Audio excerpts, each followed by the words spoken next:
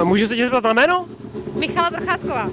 A Michalo, jaký to bylo teď akorát vysednout z horkýho sedadla spolujezdce? Bylo to skvělý.